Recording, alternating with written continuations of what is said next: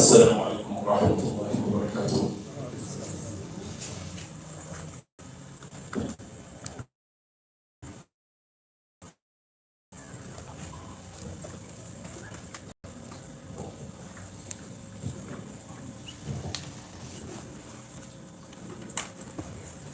الله أكبر الله أكبر الله أكبر.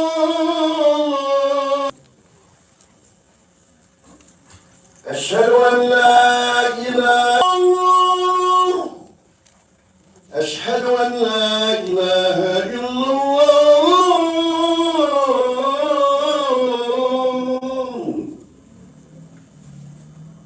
أشهد أن محمد رسول الله.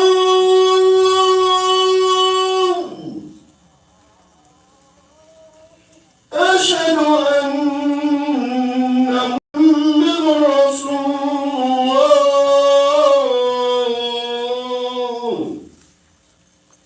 حي على الصلاة.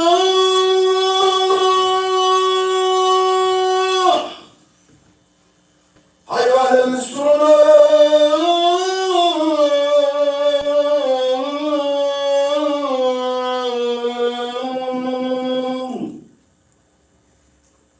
حي على الفلاح.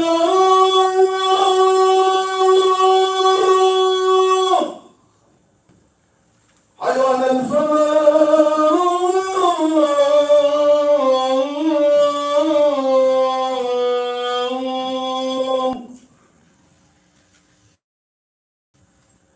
الله أكبر الله أكبر. لا إله إلا الله.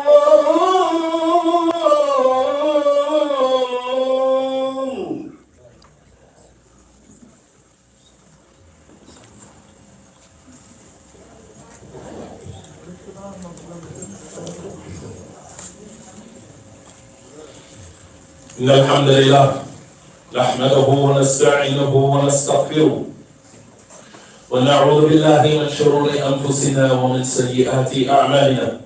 من يهديه الله مضل له ومن يضلل فلا هادي له، وأشهد أن لا إله إلا الله وحده لا شريك له، وأشهد أن محمدا عبده ورسوله. يا أيها الذين آمنوا اتقوا الله حق تقاته ولا تموتن إلا وأنتم مسلمون. يا أيها الناس اتقوا ربكم الذي خلقكم من نفس واحدة وخلق منها زوجها وبث منهما رجالا كثيرا ونساء، واتقوا الله الذي تساءلون به والأرحام إن الله كان عليكم رقيبا. يا أيها الذين آمنوا اتقوا الله وقولوا قولا سديدا يصلح لكم أعمالكم ويغفر لكم ذنوبكم، ومن يطع الله ورسوله فقد فاز فوزا عظيما. أما بعد، فإن أصدق الحديث كتاب الله، وخير الهدي هدي محمد صلى الله عليه وسلم، وشر الأمور محدثاتها، وكل محدثة بدعة، وكل بدعة ضلالة، وكل ضلالة في النار. أما بعد. Brothers and sisters in Islam, some people have everything, yet have nothing at all. And then there are some who have nothing, yet they have it all. If you have everything, but you don't have Allah subhanahu wa ta'ala, you don't have God, then you have nothing. And you can have nothing and only have Allah and only have God, and you have everything that you need. Allah subhanahu wa ta'ala said to Prophet Musa, when Musa asked Allah subhanahu wa ta'ala, where could he find him? Where do I find you? And Allah subhanahu wa ta'ala revealed to Musa, إِن وَجَدْتَنِي وَجَدْتَ كُلَّ شَيْءٍ وَإِن فُتْتُكَ فَاتَكَ كُلَّ شَيْءٍ. That if you find me, O Musa, then you found everything that you need. The day you find God is the day that you find everything that you need. Allah says about himself in the Quran, لَهُ مَقَالِيدُ السَّمَاوَاتِ وَالْأَرْضِ. To him belongs the keys of the heavens and earth. Allah subhanahu wa ta'ala called himself Rabbul Alameen, Lord of everything that exists. You know what that means? That means that he is the creator, provider, cherisher, sustainer, maintainer of everything that exists. You find him, you found everything that you need. In wajadtani wajadtu kulla shay. Musa, when you find me, you found everything. وَإِن فُتُكَ, and if you lose me, فَاتِكَ كُلَّ شَيْءٍ, then you lose everything. You lose Allah subhanahu wa ta'ala, you've lost everything. Even if you had all of the material acquisitions that one can acquire of the world. There was a young man during the time of the Prophet sallallahu alaihi wasallam. Oh, our youth, our young men, I want you to listen to this because I designed this particular khutbah for you specifically. A couple of weeks ago, I gave a khutbah and I targeted the men, qualities that men should avoid. The khutbah after that, I targeted the women in the community, talking about Ammara, Mus'ab ibn Umayr, and her mark on the pages of Islamic history. And today, I'm targeting our youth, our young men, because you have something that money cannot buy, and that is La ilaha illallah. This beautiful concept that can take you as far as you want it to go. You just have to be willing to go there. But there was a young man during the time of the Prophet ﷺ who was raised in the city of Mecca. He was born into a wealthy family and enjoyed all of the luxuries that one could fathom in medieval Arabia. Riches, wealth, opulence, the best that money could buy. This young man lived a high life until he heard a word that changed his life forever. A word that was so powerful that there is no word like it on the face of this earth. A word so powerful that the Prophet ﷺ said that on the day of judgment, Allah will bring forth a man and will begin to weigh all of his deeds. And will place all of his bad deeds in one scale and it will tip the entire scale. And then Allah will ask this man, do you have any good deeds that will balance the scale for you? And the man will look at how heavy his bad deeds are weighing on the scale and say, there is no good that I have ever done in my life that will be equal, that will balance out my scale. I'm destroyed. I'm destined for hell. And Allah subhanahu wa ta'ala will say to the individual, no. لَكَ عِنْدَنَا حَسَنًا. No, you have one good deed that you did that perhaps will balance out this scale for you. And Allah will command the angels to bring out a bitaka, a card, with his shahada on it, La ilaha illallah. And Allah will place his shahada, La ilaha illallah, on one scale, and all of his bad deeds on another scale, and his card with his shahada will outweigh the scale with all of his good deeds, and he will be told to enter into Jannah, because there is nothing that outweighs La ilaha illallah. Nothing outweighs the statement La ilaha illallah. Allah told the Prophet ﷺ, Inna sanulqi alayka qawlan thaqila. We are going to give you a heavy word.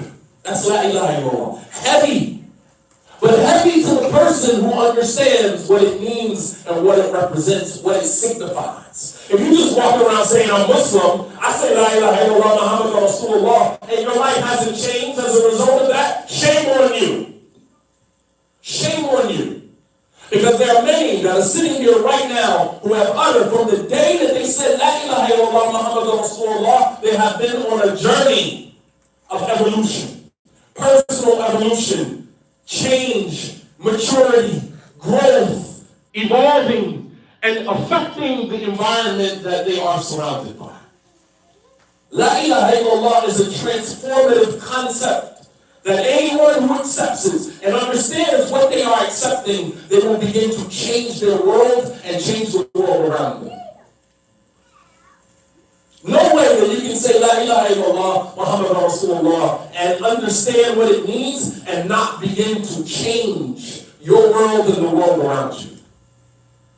So this young man, he lived a life, a high life, until he heard this word, this kalima, this word La ilaha illallah. The Prophet ﷺ said about this young man, لَقَدْ رَأَيْتُ مُصْعَبًا هَذَا وَمَا بِمَكَّةَ فَتَى أَنْعَمَ عِنْدَ أَبَوَيْهِ مِنْهُ ثُمَّ تَرَكَ ذَلِكَ كُلَّهُ حُبًّا لِلَّهِ وَلِرَسُولِهِ.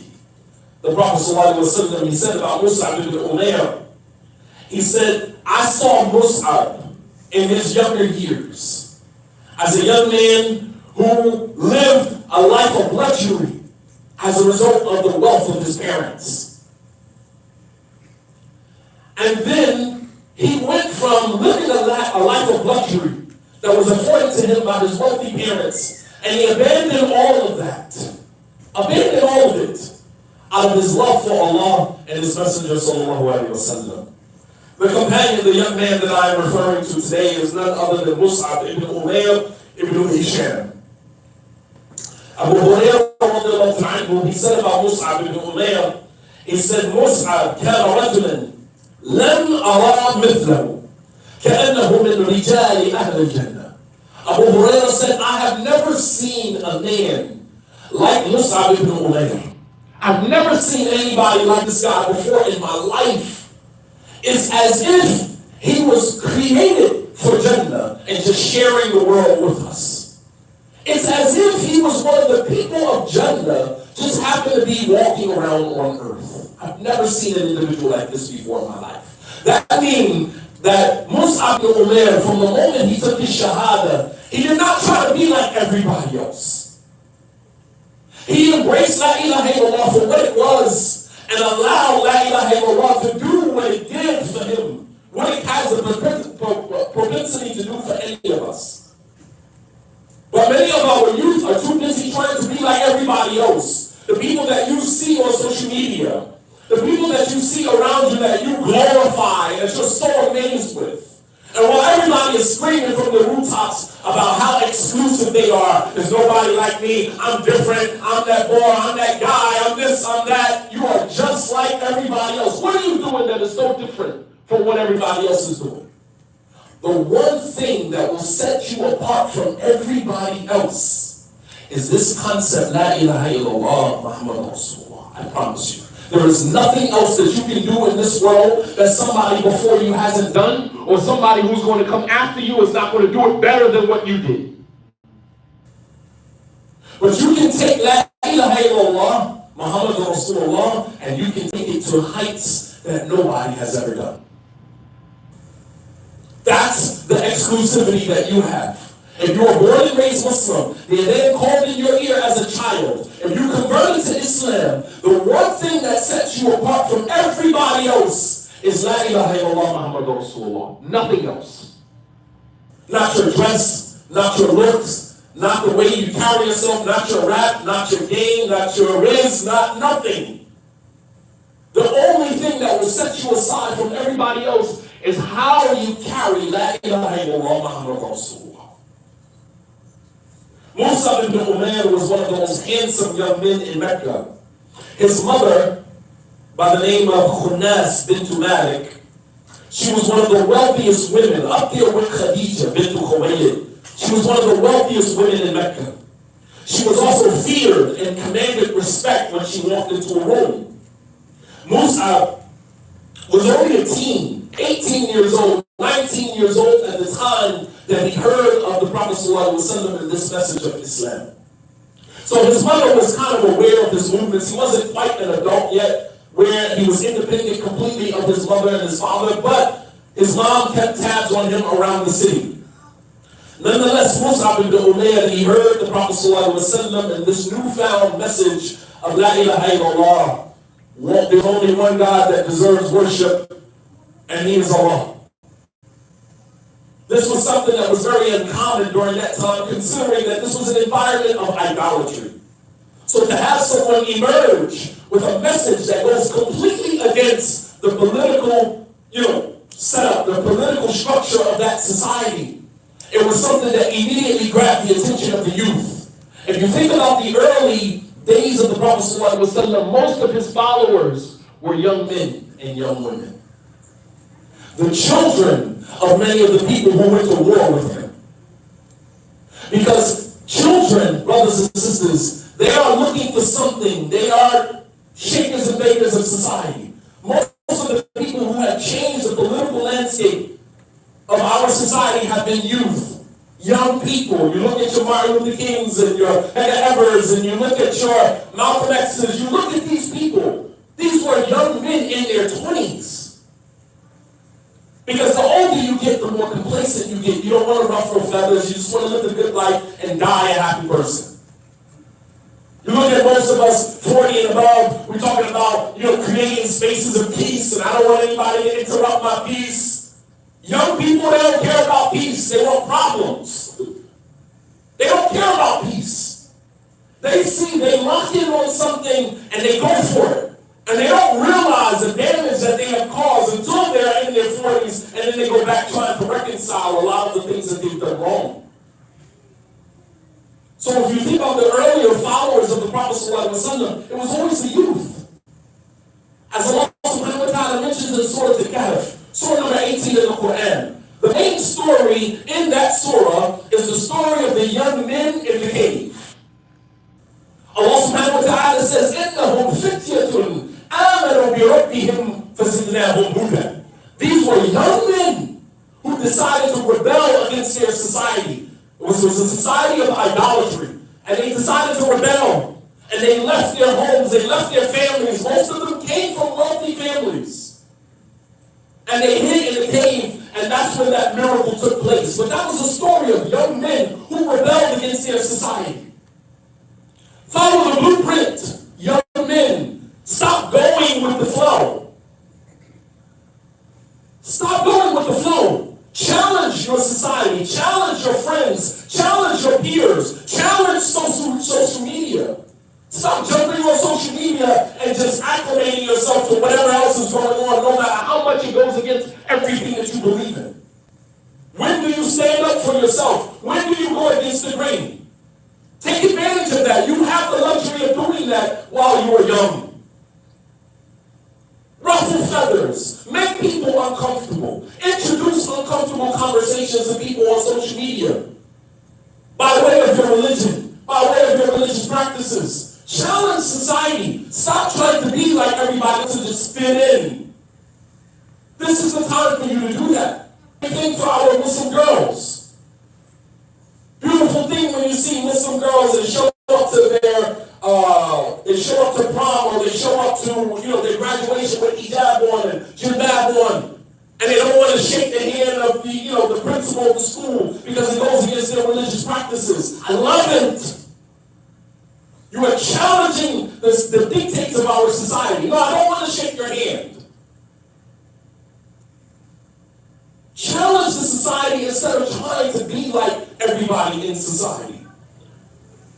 Mus'ab ibn Umayr, he heard the Prophet ﷺ's da'wah and this newfound concept of La ilaha illallah, which was unique in this society of idolatry.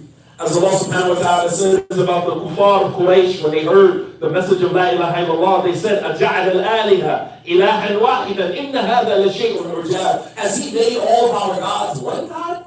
Indeed, this is something strange. We have never heard this before. One God?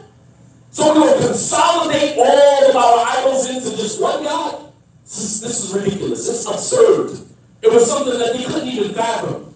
But that message caught the attention of the youth. And one of the youth whose attention was caught was none other than Mus'ab ibn Umayr. It appealed to Mus'ab as young people tend to be impressionable, especially by things that are different from the way that society is set up. But what our youth don't understand is that social media is designed to make you like everybody. Wallahi, wallahi, tallahi, billahi, brothers and sisters. The only thing that the child has to do is just walk out. The table has already been set up for him. Why do you think we are being prepped for the acceptance of the Dajjal? You don't see it. All the Dajjal has to do right now is walk out. One eye dangling in one socket, the other eye protruding, and the word kafir written across his forehead, and everybody's going to say, oh, this is the new president. Oh, this is the new guy. And we're going to be what? Followers. Because that's what we are on social media, correct? Everyone's a follower.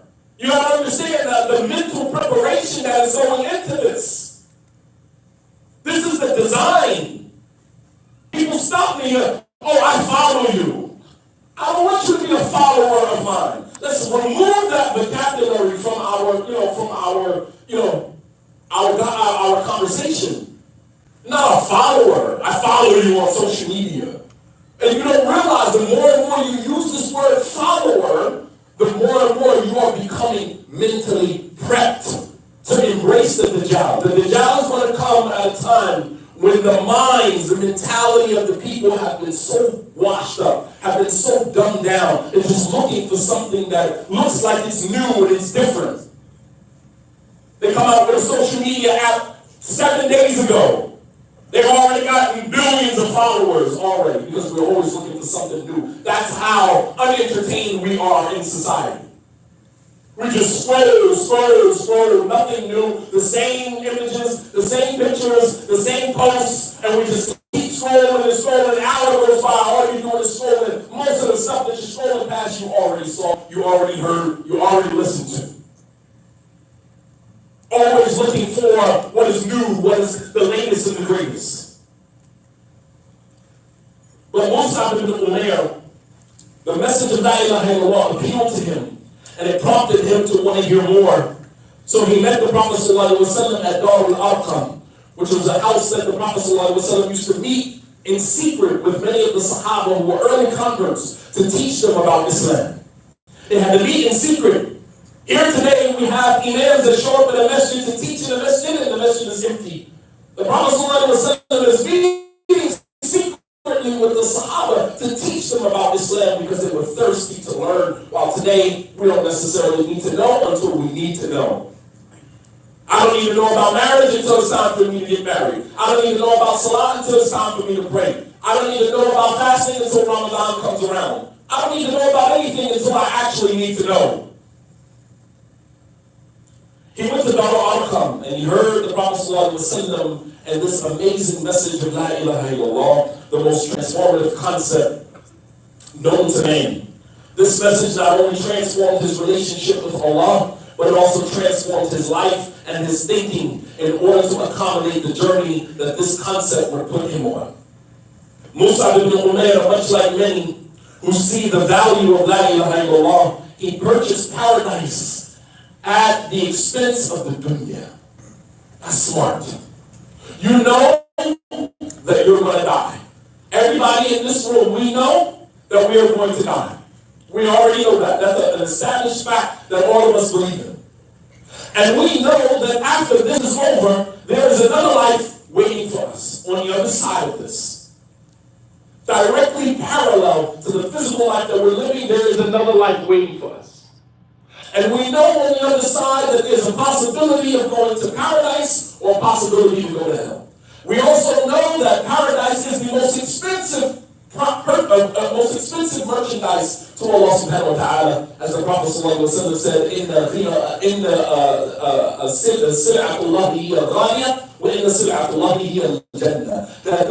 the merchandise of Allah is expensive, and the merchandise of Allah is paradise. You're not going to get into paradise just by saying La ilaha illallah Muhammad Rasulullah. That's not it. You got to work for that. The smart person understands that this time is limited. I don't know how much time I have left, but I do know that there is something waiting for me on the other side. What can I do that is so amazing that I can use this dunya to purchase my hereafter? How do I do that? What's the blueprint? You have it in many of the Sahaba because they cracked that code a long time ago. They understood that my time here is limited. And that if I want paradise, I have to do something amazing in this world that will allow me to purchase my hereafter. What can I use? What can I do to purchase my hereafter? As Abu Hurairah said about Uthman ibn Affan, they understood this. Abu Hurairah, he said about Uthman ibn Affan, he said, Ishtara Uthman ibn Affan al-Jannah min al-Nabi sallallahu alayhi wa sallam marratayn. Hafr bi'r al-ma'una wa jihaz Jason al-Usra. Abu Hurairah said that Uthman ibn Affan, he purchased Jannah twice from the Prophet sallallahu alayhi wa sallam. He purchased Jannah twice from the Prophet sallallahu alayhi wa sallam. The first was purchasing the Ma'una, the well of Ma'una. The Sahaba were going out to war one day. They stopped by a place. It was a well. They were thirsty. And the Prophet ﷺ asked the two men that lived in the village that owned the well to give it to him, sadaqah, so that he could allow the Sahaba and their animals to drink from the well. The two men said to the Prophet ﷺ, we love you, we love Islam, but this is the way that we provide for our family. I'm sorry, we can't give it to you. Fi sabilillah. So when someone denies us and says, no, I'm not going to give it to you, fi sabilillah, but I'll sell it to you, we shouldn't get offended. The Prophet ﷺ said, how much you want for it? They stated their price. The Prophet ﷺ went to the Sahaba and said, whoever purchases this well from these two individuals, then for him is Jannah. Or if man said, I got it. Opportunity presented itself. I got it. Say less. I don't even need to know the cost. Whatever it is, I got it. On another occasion, the Sahaba, they were going out for war, but they were going now ripened to pick them and take them out to the marketplace and sell them. They knew that if they went out for war, by the time they got back, that their fruits and vegetables, the harvest that they had been planting all year long, would be wasted. And it was hard on them to leave out to go to war. The Prophet saw it on their faces. Many of them didn't have horses. Many of them didn't have weapons. Many of them didn't have anything. And the Prophet said, "Man, Jannah. Whoever prepares this army with whatever they need, horses, camels, weapons, shields, armor, prepare them for whatever they need to go out, then for him is Jannah." Or if man said, I got it. I got it. Prepared the whole entire army of 1,000 soldiers. Camels for you, horses for you, weapons for you, food for all of y'all, all on my dime. Abu Hurairah said that Uthman purchased Jannah from the Prophet ﷺ twice. What have you done to purchase Jannah? That's a question I want you to ask all of us, to ask ourselves. What is it that you have done that is so amazing? What sacrifice have you made in your life that you hope that one deed will buy you paradise? Many of us, not much. Not much. What have we done? We've lived a life of comfort and ease. You look at our brothers and sisters in Palestine. You're from an environment where at any moment Israeli forces can come knock your house down right in front of you, children, and there's nothing you can do about it. And you have to live with that. The pain that a family would endure, well, is enough to purchase some paradise. If they make the intention, you know what? I'm not going anywhere. Knock my house down. I'll sleep in the camp. I'll sleep in the West Bank. I'll sleep wherever. But I'm not going anywhere. And if I die as a shaheed. I'm going to Jannah anyway. I don't care. You understand? They are purchasing their Jannah. With every house that Israeli forces knock down, Allah subhanahu wa ta'ala, inshallah ta'ala, will build for them a house in Jannah in replace of what they lost. While we're sitting over here crying for the Palestinians, they are enjoying the opportunity that Allah subhanahu wa ta'ala is extending to them, because on the other end of that is Jannah. While we here in America living it up. Convenience, luxury, driving luxury cars, living in big homes, air conditioned, no problems, owning our own businesses. But what sacrifices have we made that is going to purchase us Jannah? You got to start thinking. I'm looking at the crowd, I'm looking at our ummah. Many of you sitting here are already at 60. The Prophet ﷺ said the average age, أعمار أمتي بين 60 و70 وقليل من يجاوز ذلك.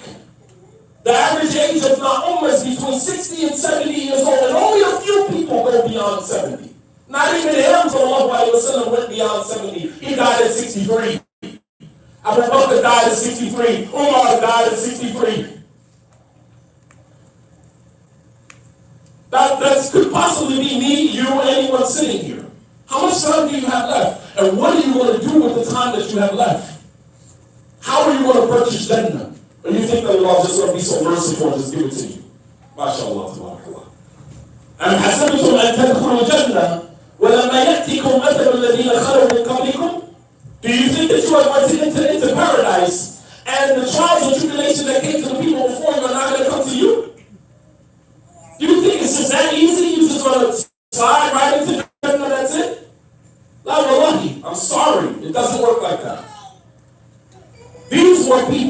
understood that I can only get to Jannah through sacrifice. I gotta find a way to use this dunya to get me into Jannah.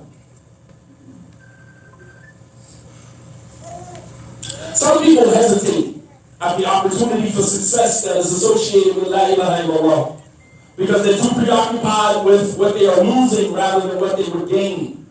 Allah subhanahu wa ta'ala says in the Quran, وَاتْلُ عَلَيْهِمْ نَبَأَ الَّذِي آتَيْنَاهُ آيَاتِنَا فَانْسَلَخَ مِنْهَا فَأَتْبَعَهُ الشَّيْطَانُ وَكَانَ مِنَ الْغَاوِينَ وَلَوْ شِئْنَا لَرَفَعْنَاهُ بِهَا وَلَكِنَّهُ أَخْلَدَ إِلَى الْأَرْضِ وَاتَّبَعَ هَوَاهُ.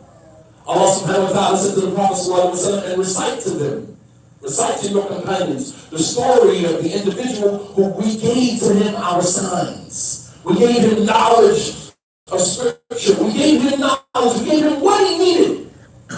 فَانْسَلَخَ مِنْهَا, and he threw it behind his back.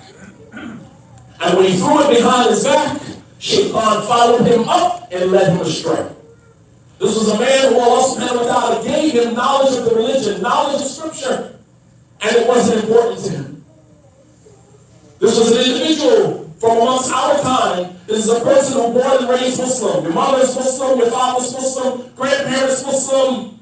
But Islam is not at the top of your priorities list. I could care less about Islam. I could care less about Salah. I could care less about a masjid. I could care less about learning about the religion. And Shaitan follows you up and leads you astray. Allah says, وَلَوْ شِئْنَا لَرَفَعْنَاهُ بِهَا. If we had willed, if he had shown that he valued what we gave him, we would have raised him with it. We would have elevated him with it. وَلَكِنَّهُ أَخْلَدَ إِلَى الْأَرْضِ وَاتَّبَعَ هَوَاهُ. But he held on to the earth. He only wanted what was tangible, what was in front of him. Because he couldn't see beyond that. He held onto the earth and followed his desires. And then there are some people who don't hesitate at the opportunity when it is presented to them. And from amongst them was Mus'ab ibn Umayr. He eventually converted to Islam and hid his Islam from his mother, who tried to break him down for his decision to accept Islam. One day he was making salat and he was spotted by one of his mother's friends, Rifan ibn Talha. And he went and he told his mother that he converted to Islam. And she tied him up in the home to try to prevent him from going out with the Muslims. And eventually he broke away and fled to Abyssinia with the Muslims who fled to Abyssinia. This is how bad he wanted it. He left his mother, left her wealth, left her riches, and fled with the Muslims with nothing but the clothes on his back to Abyssinia. Then when he returned back to Mecca, his mother found him again, and his mother threatened to abandon him. And ultimately, she failed in her pursuit because she didn't realize what she was up against. She threatened him with kicking him out of the home and to denying him access to her wealth. She said to him, "Idhab li sha'nika, lam a'ud laka umman." She said, "Go and be with your friends and do what it is you guys are doing." She said, "I don't consider you to have a mother anymore. I'm not your mother." She disowned him. And for those of us who are converts to Islam, we know exactly what that feels like. Some of us know exactly what that feels like. You're not welcome to family gatherings anymore. When you come around, they want to clown you. They want to, especially women who now wear the hijab, you're wearing that thing on your head. Your hair used to be so pretty, used to be so nice. And now you're walking around looking like Mother Teresa. These are the jokes that are played on us when we convert to Islam. Not just people who convert, but people who try to grab towards having a stronger connection to the religion, even for those who are born and raised Muslim. Because what happens is people put a cap or ceiling on, or put limitations on who you can be. And when you rise above those limitations, they hate you for it. Some people don't celebrate who you are right now and the successes that you are enjoying in life simply because you have managed to go beyond the limits that they put on you. People tell you you can only be this high. You cannot go beyond this. And then you manage to rise above that and they hate you for it. That's why they don't celebrate you. You wonder why you have a business and nobody from your family ever buys anything. No one supports you. No one comes around to see how you're doing. Nobody checks on you because you have now gone beyond the limit that they put on you. And they hate you for it. And that's exactly what happened with Mus'ab and his mother. He was raised in wealth and riches and opulence. And what people don't realize is that when your parents have that much control over you, they are putting limitations on you because they're telling you that this is all I want you to be. This is all you can be. And when you decide to go above and beyond that, they want to tear you apart. They want to break you down. So she says to Mus'ab, go with your friends, go and be with Muhammad and his friends and his followers. I don't consider you to have a mother anymore. And Mus'ab said to his mother, Ya Ummah, إني لك ناصح وعليك شفوق فاشهدي بأنه لا إله إلا الله وأن محمدا رسول الله. He said, oh my mother, oh my beloved mother. He said, I am going to sincerely advise you. And I'm saying this with mercy, with compassion for you. Bear witness to La ilaha illallah Muhammad Rasulullah. And his mother, she responded by saying, قسما بالثواقب لا أدخل في دينك فيزوي برأيي ويقل عقلي. She said, swearing by the stars. She wanted to add injury to insult. She said, I swear by the shooting stars. You swear by the Lord of Muhammad. I swear by the shooting stars. I swear by the shooting stars. I will never enter into your religion. Even if people say that my opinion is stupid for not entering into the religion, or I lose control of my intellect, or I go crazy in the process, I will never enter into your religion. And he lost his mother. Meaning, after he converted to Islam, that relationship with his mother was severed. He lost his mother, who couldn't celebrate him because he grew beyond the limits that she set for him. He lost his wealth, which was an invisible ceiling that would not allow him to see past what was tangible. He lost his fine clothes, his gold, his perfume, and his reputation in Mecca as one of the most handsome young men in the city, and the privilege that came along with that, all for the purchase of paradise. Would you be willing to give all of that up for Jannah? He gave it all up for paradise. And as Allah subhanahu wa ta'ala says in the Quran, قُلْ بِفَضْلِ اللَّهِ وَبِرَحْمَتِهِ فَبِذَلِكَ فَلْيَفْرَحُوا هُوَ خَيْرٌ مِمَّا يَجْمَعُونَ. Say, O Muhammad, that by the bounty of Allah and His mercy, be happy with that. فَلِذَلِكَ فَلْيَفْرَحُوا. Be happy with the bounty of Allah. What Allah gives you and the mercy that you know that you get from Allah subhanahu wa ta'ala, be content with that. That is better than all of the world that they can amass. And so he had everything, but he didn't have Allah, so in fact he had nothing at all. But when he accepted Islam, he lost everything, but gained what money and status and privilege and opulence could never buy. So the lesson here, brothers and sisters, is that don't be so preoccupied with wealth that money and material acquisitions are all you have. There's some people who are so poor that money is all they have. All they talk about is their wealth and their money and how much they just made and what properties they just bought and how much they're going to acquire tomorrow and how much they're going to make on the next deal. You're so poor that all you have is money. You have nothing else. There's some people who are so poor that all they have is money. So don't let being preoccupied with acquiring money and material possessions be all that you have. Mus'ab went from rags to riches. As an investment in the hereafter, it pays the highest and most sustainable interest. You want interest on your investment? Invest in Jannah. That pays you the interest. That is the only halal interest that we are allowed to take in Islam. بارك الله لي ولكم في القرآن العظيم ونفعني وإياكم بما جاء فيه من الآيات والذكر الحكيم. أقول ما تسمعون أستغفر الله لي ولكم ولسائر المؤمنين من كل ذنب فاستغفروه إنه هو الغفور الرحيم.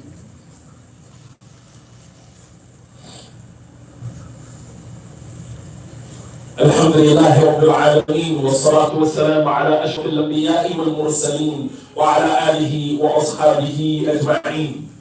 Brothers and sisters in Islam, Mus'ab ibn Umayr, he went on to become the first ambassador of the Prophet ﷺ to Yemen and then to Medina. when he was responsible for introducing the tribes in Medina to the message of La ilaha illallah. And in the 12th year before the Prophet ﷺ made the hijrah, the 12th year after revelation, Mus'ab ibn Umayr returned to Mecca from Medina with a total of 70 men and 2 women, all from the tribes of Aus and Khazraj, looking to take their shahada, to pledge allegiance to the Prophet ﷺ and convert to Islam. Mus'ab ibn Umayr had proven his loyalty to Islam many times over. Allah subhanahu wa ta'ala, brothers and sisters, extends to all of us an opportunity to prove our loyalty to Him. Where will you be and what will you do when that opportunity presents itself to you?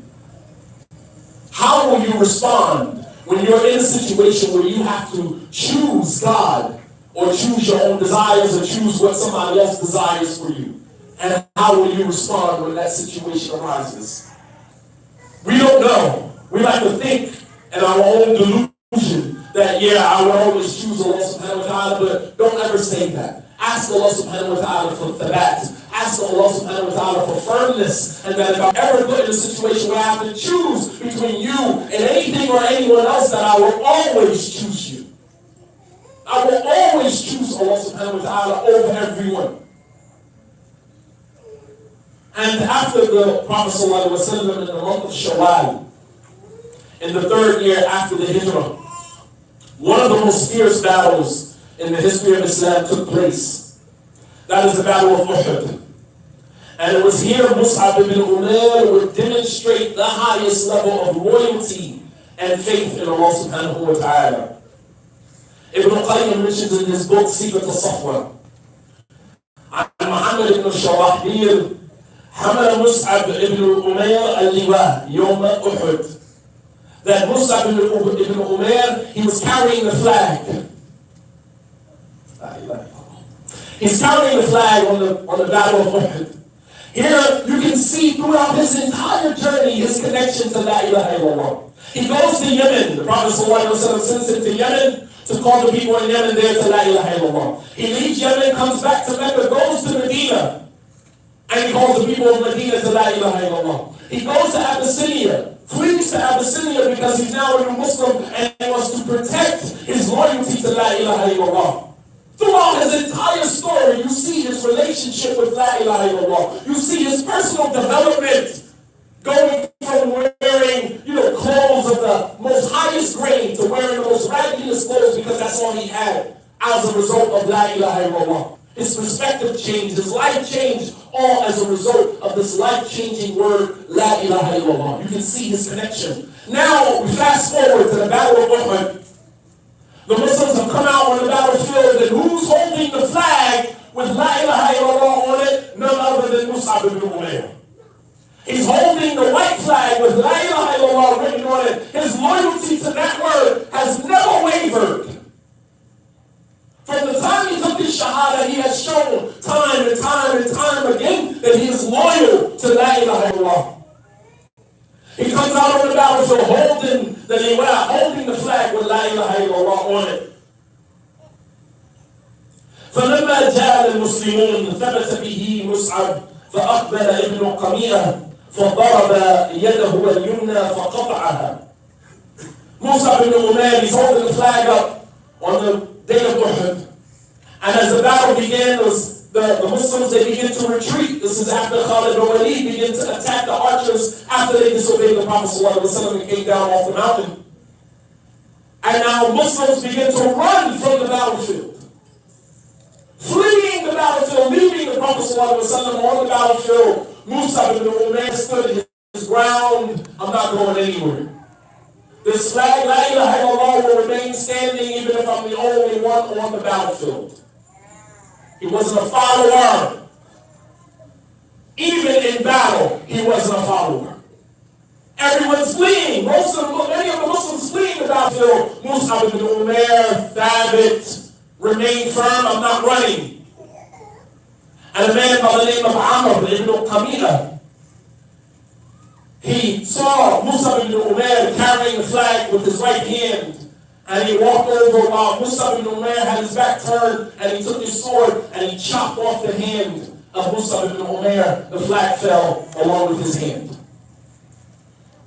You would think that a person would run away, grabbing his hand, blood is leaking from his hand. Mus'ab ibn Umayr bends down with his left hand and picks up the flag with his left hand. And he quoted the ayah as he stands there. He said, "Ma Muhammadun illa rasulun qad khalat min qablihi ar-rusul afa in mata aw qutila inqalabtum ala a'qabikum." Muhammad is nothing more than a messenger. Many messengers have come before him. If he dies or is killed, then you will return on your heels? I'm not running anywhere. He picks up the flag with his left hand and he holds the flag of La ilaha illallah up with his left hand. As he's holding the flag with his left hand, he was struck again by someone else who struck his left hand. The flag falls along with his left hand. He has no hands. This man has no hands. He reaches out, he grabs the flag with his foot, and he props the flag up with his foot to his knee, and he takes it from his knee and he grabs it between his chin, and he's holding the flag like this with no hands, making sure that the flag, La ilaha illallah, never touches the ground. Because when the flag hits the ground, that means the war is over, you've lost. He wants to make sure that this flag never touches the ground. He picks the flag up, holding it between his chin and his chest, like this, with no hands. And so Amr ibn Umayr sees him in this vulnerable state and takes a spear and shoves it through his back, killing him. This is Mus'ab ibn Umayr. At 44 years old, he died on the battlefield fighting for La ilaha illallah, a word that he heard the first time and it changed his life forever.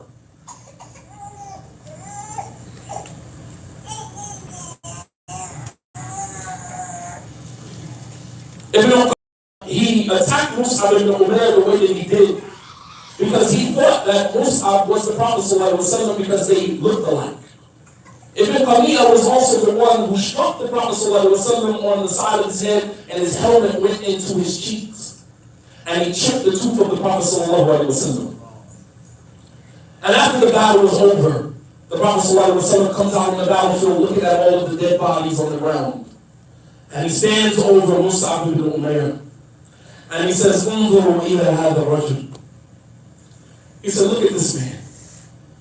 Unzuru ila hadha rajul." Look at this man. قَدْ نَوَّرَ اللَّهُ قَلْبَهُ. Allah subhanahu wa ta'ala illuminated his heart with La ilaha illallah. He said, "Wallahi laqad ra'ayta أبويه يغدرانه بأطيب الطعام والشراب فدعاه حب الله ورسوله إلى ما ترون." He said, "I saw this young man in his prime amongst his parents who were wealthy and rich, who've given him all that the world could offer. And his love for Allah subhanahu wa ta'ala and his messenger called him away from all of that." Abdurrahman bin Auf, years later after this battle, reflecting on this incident. Abdurrahman bin Auf, who was he? Is one of the 10 people who were promised Jannah, one of the early converts to Islam. He said, "قتل أتي بطعام وكان صائما فقال قتل مصعب بن عمير وهو خير مني." He was sitting on his deathbed and someone brought him some food while he was fasting. And in that moment he had an epiphany. He began to reflect back. And he said, "Mus'ab ibn Umayr was killed on the battlefield on the day of Uhud, and he's better than me. Here I am, people are bringing me food, serving me food in my last days, and Mus'ab ibn Umayr died on the battlefield with no hands to hold the flag that had La ilaha illallah on it." He's comparing what he has done in his life to what Mus'ab ibn Umayr had done in his life. That's what we should be. We should be afraid hearing stuff like this. Because when we sit back for a moment, you're riding home after you leave Jumu'ah today, or you're sitting at home tonight, or you're sitting in your bed, in those few moments before you close your eyes and go to sleep, I want you to reflect on this moment right here. What have you done? Here is Abdurrahman bin Auf, promised Jannah, thinking about what Mus'ab ibn Umayr did, and said, he's better than me. He said, فَلَمْ يَجِدْ لَهُ مَا يُكَفِّن فِيهِ إِلَّا بُرْدَةً إن غطي بها رأسه بدت رجلاه وإن غطي بها رجلاه بدت رأسه ثم بسط لنا من الدنيا ما بسط وقد خشينا أن تكون حسناتنا أجلت لنا ثم جعل يبكي بكاء شديدا حتى ترك الطعام. He said, Subhanallah, Mus'ab ibn Umayr was killed and he's better than me. He said, Wallahi, this man at the time that he died, he only died leaving behind a burda, a cloak. All he had was one garment that we had to shroud him in. He said, and when we shrouded him, if we covered his feet, his head was exposed. And if we used the shroud to cover his head, his feet was exposed. This is a guy who had everything, but he didn't have Allah, so he had nothing. And now he has nothing. Not even enough material to cover his body. But the man sacrificed his life for La ilaha illallah, and of course we already know where that leads. Allah says in the Quran, لا تحسبن الذين قتلوا في سبيل الله أمواتا بل أحياء عند ربهم يرزقون فرحين بما آتاهم الله من فضله. Allah says, do not consider those who are killed in the cause of Allah as dead. بل أحياء, no, they are alive and well. عند ربهم يرزقون, being provided by their Lord. فرحين بما آتاهم الله من فضله, happy, ecstatic, joyful at what Allah subhanahu wa ta'ala has promised them for their sacrifice. He's reflecting on that. This man got into Jannah. He saw an opportunity and took it. And here I am on my last days, people feeding me food while I'm trying to fast. He said, and then after his death, the world opened up for us, meaning the companions. The world opened up for us, and we began to conquer many lands. We conquered Damascus, we conquered Syria, we conquered Iraq, we conquered the areas of Palestine, we conquered Sham, we conquered Egypt, we conquered all of these places. Yani Futuhat al-Islamiyya, all of these victories that were granted to us. He said, and I fear that that is the compensation that is given to us, the immediate compensation that is given to us, and there's nothing waiting for us in the hereafter. I want you to think about that. Is all of the luxury that we're enjoying right now, is that our immediate compensation? Are we having our Jannah right now? Because every time we are tested with just a little bit of difficulty, a little bit of challenge in our lives, we lose it. As if the dunya is not the testing ground for our souls, for our spirits. This is the testing ground. Allah put us here and said, I'm going to test you. Here you go. We experience a little bit of convenience, a little bit of luxury, and we think that that's the way that it's always supposed to be. Then the moment some harm, some difficulty, some trial, some challenge come to us, we crumble under the weight of some minor life test or trial.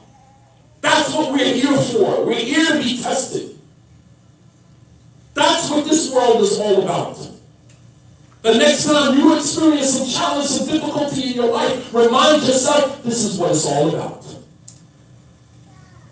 And make your intention to get your reward from Allah subhanahu wa ta'ala.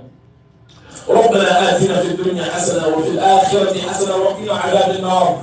اللهم رحمتك نرجو فلا تكلنا إلى أنفسنا طرفة عين وأصلح لنا شأننا كلها لا إله إلا أنت. اللهم أصلح لنا شأننا كلها لا إله إلا أنت. اللهم أصلح لنا شأننا كلها لا إله إلا أنت. اللهم إنا نعوذ برضاك من سخطك وبمعافاتك من عقوبتك وبك منك. لا نحصي ثناء عليك ولو حرصنا أنت كما أثنيت على نفسك. وصل اللهم على نبينا محمد وعلى آله وصحبه أجمعين وآخر دعوانا عن الحمد لله رب العالمين وأقيم الصلاة.